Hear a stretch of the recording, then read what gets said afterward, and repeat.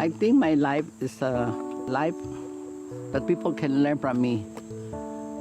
When you believe in something and you feel that this is the right thing to do, even you meet a lot of obstacles, meet a lot of problems, as long as you believe in what you're doing, then you keep on doing it because nothing will go wrong.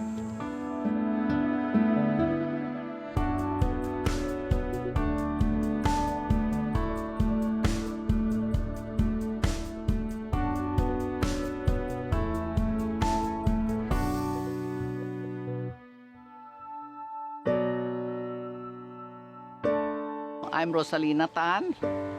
I'm a widow, and my job is really to take care of our environment. To tell my story, it would take me, I'm 70, so it will take a long time to tell my story. I would just say that my life really started when I learned about organic agriculture.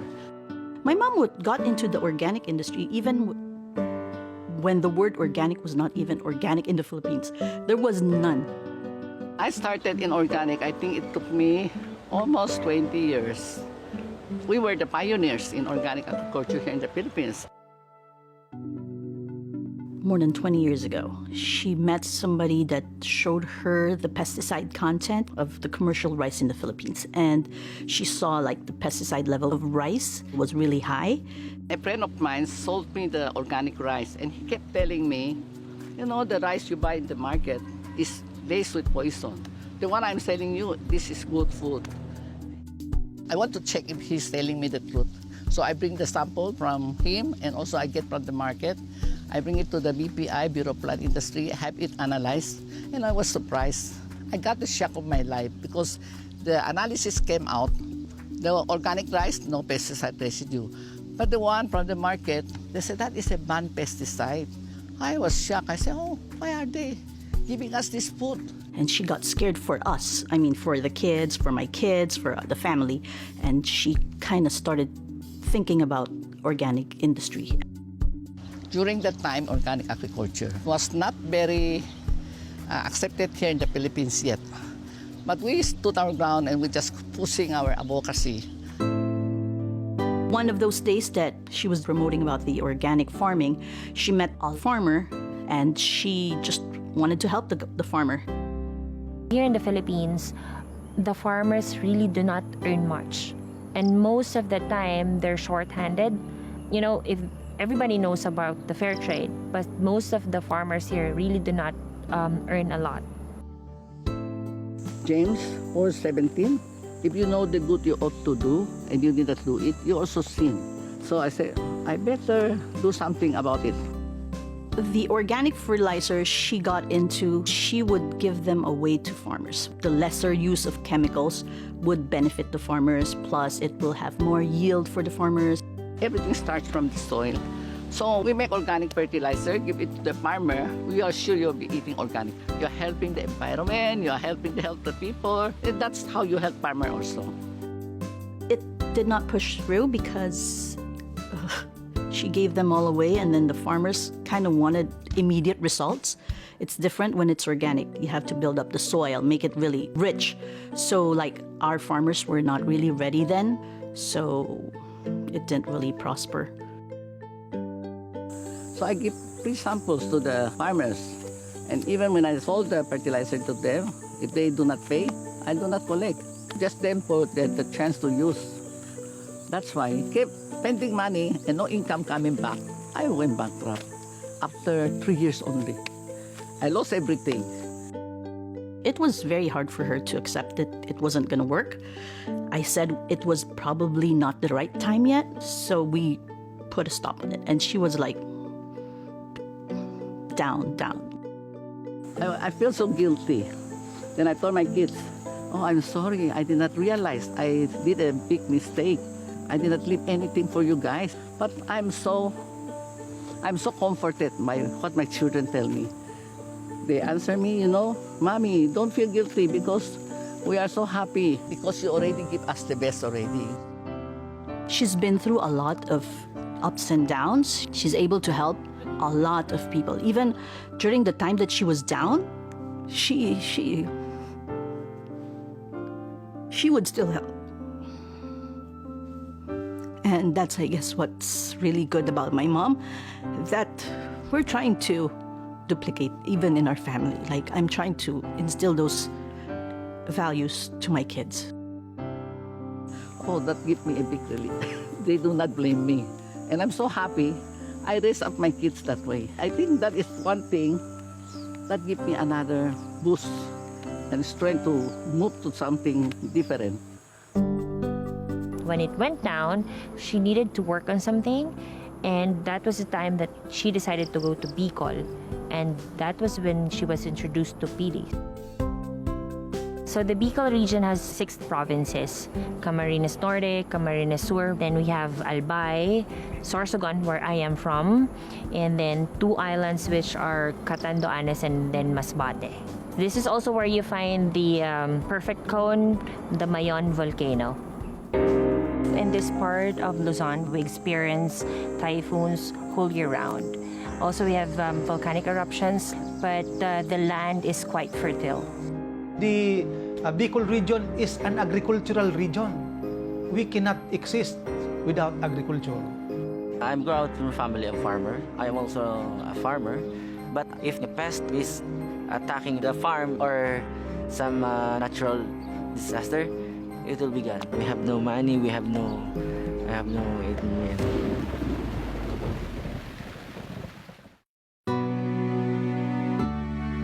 In this particular part of the country, the people really must be resilient. Every year we experience the typhoons.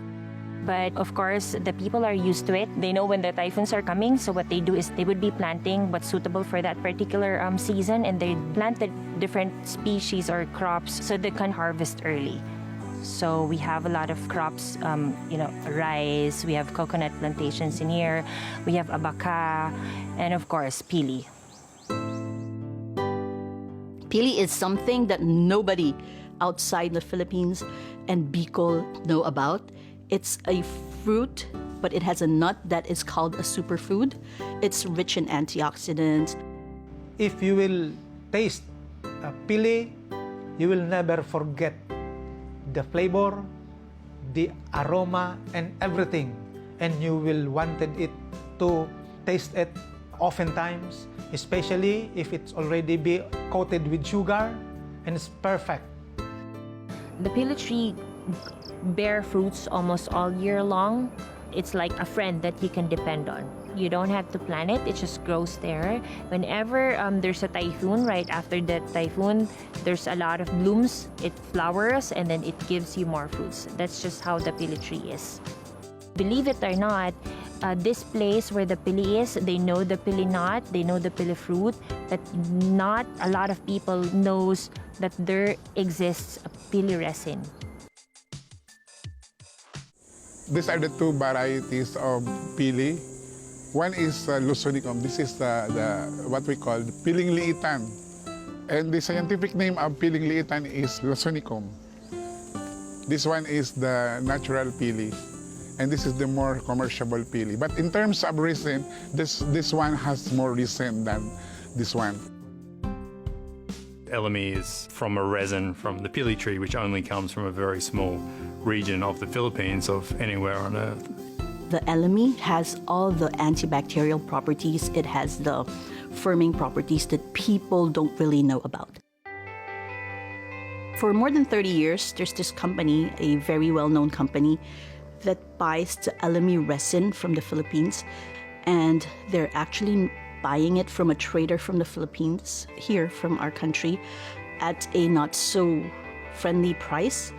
So during those years, there were actually a lot of trees that died because of the indiscriminate tapping, because these farmers wanted to sell more. It's a beautiful place with amazing natural attributes and qualities, amazing soil and climate and plants and animals, and a lot of value in those natural attributes.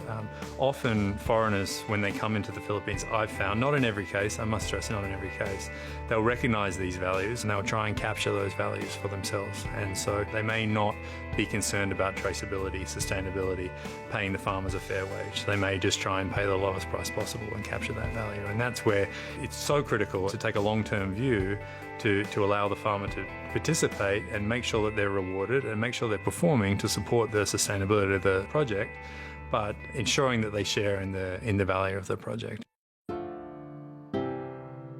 A farmer came up to my mom selling her a bottle of Pili oil.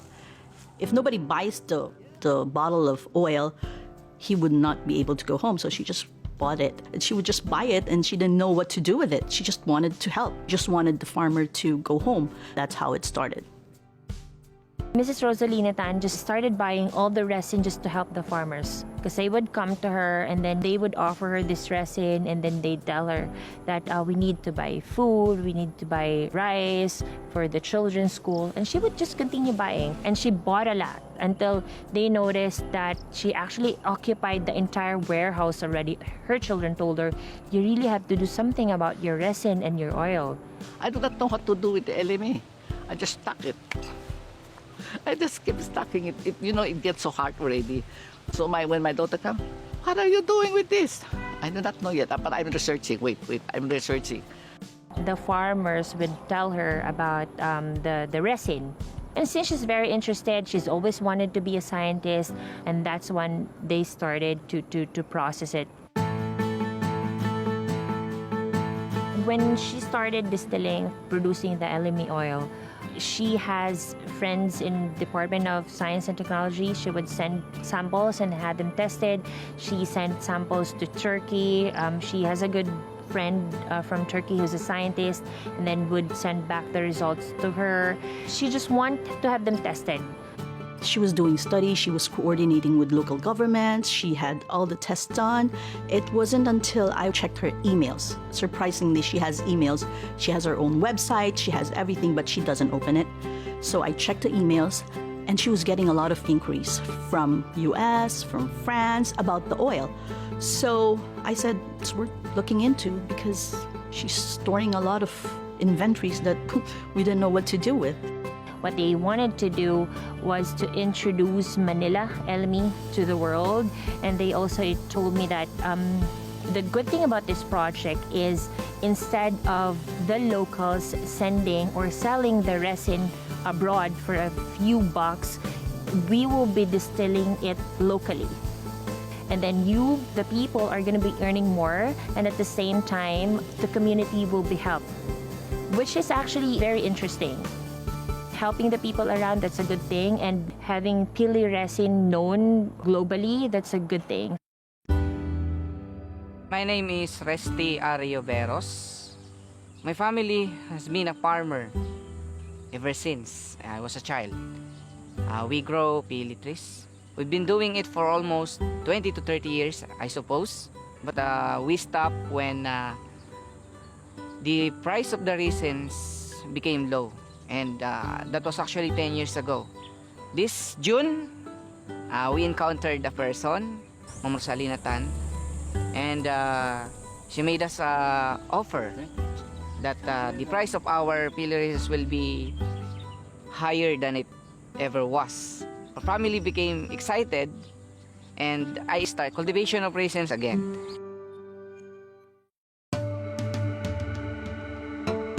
For years, Bicol region had been selling the resin, send it over to France for a very, very low price. And then they'd process it abroad. And then when it returns to the Philippines and to some other parts of the world, it's so expensive already. The good thing about having the distillation here is that we would be able to hire locals. So we can help the farmers because we pay a lot higher than the buyers. We care about the farmers, we care about the trees because we're trying to promote sustainability. The thing is, if we try to buy the resin in a much cheaper price, these farmers, because they need the money, they're going to overtap their trees. And then that's going to kill the trees. Because they're buying so low, the farmers have to keep tapping. That's why I say, I don't buy too low, because if you buy too low, they are not making money. So maybe they'll tap more and the tree will die. I keep telling them, you're killing your golden goose.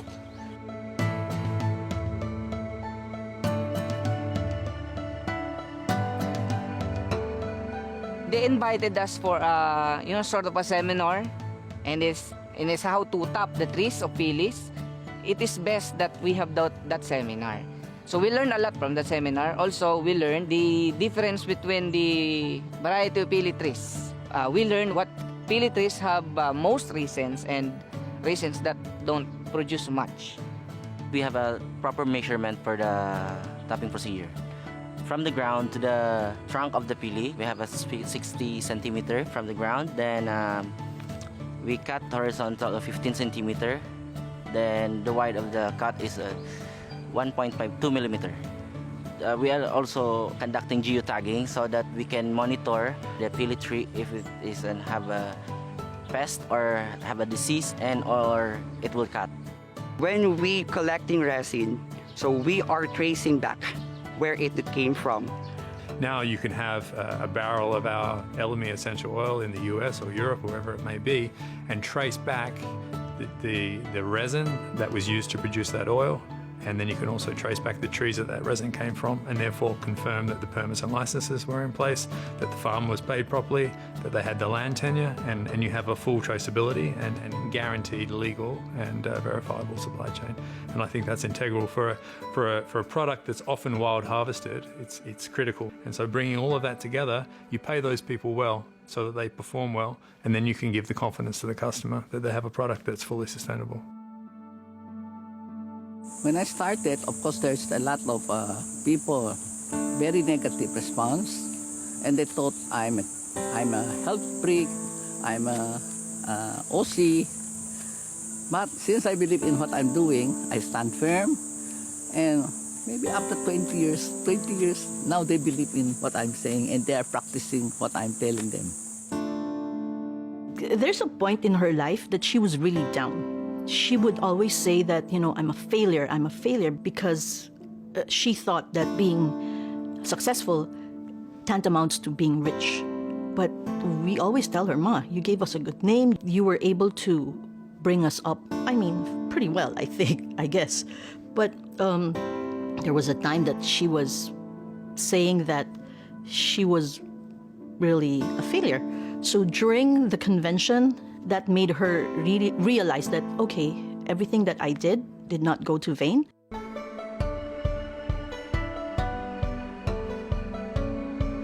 We are happy to announce the Happy Pili Tree as the 9th and newest Young Living Partner Farm.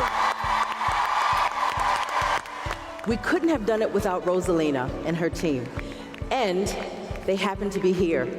So, Rosalina and your team, please stand.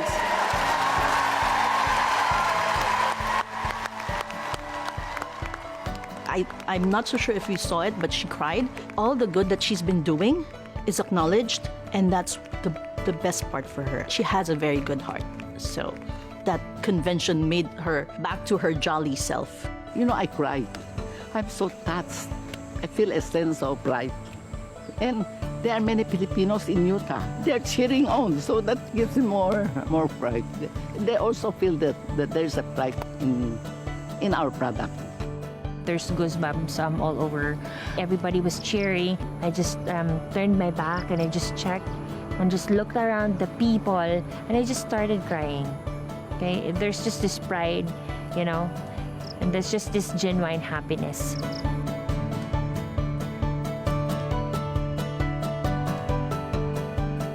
We eagerly offered the Happy Pili Tree Farm a grant to build the very first commercial-scale distillery, really forging new economic future for the Bicolanos. When I look at the screen, when I saw the distillation machine, I just told myself, we're doing something right in here. My 2 grandchildren saw the events. Now they understand, because before they don't understand what I'm doing. But now they understand. They also feel the pride. And that's what makes me happy. I am extremely grateful of the opportunity Ma'am Lina has given to me. Not just the opportunity to be part of this company, but she has treated me like her own child. She has taken care of me. Right? I'm staying with her in her house. My mother passed away in 2015, and I've been longing for a mother. And my kids had been longing for a grandmother. And I think she filled hole in my heart, and I'm extremely grateful. Rosalina, she's a shrewd negotiator. I mean, her and I have negotiations, and at the end of it, she always says to me, but you know what I'm going to do with the money, right? Anyway, I'm going to give it back to the people, and then it's, okay, come on, let's go. So she's a very good woman, and the people are lucky to have her. And I really think that we're still in the early days for this industry, and I really think that what we're demonstrating here on sustainable supply chain for Elemi will become the industry standard, and it should become the industry standard, and that it's very rewarding.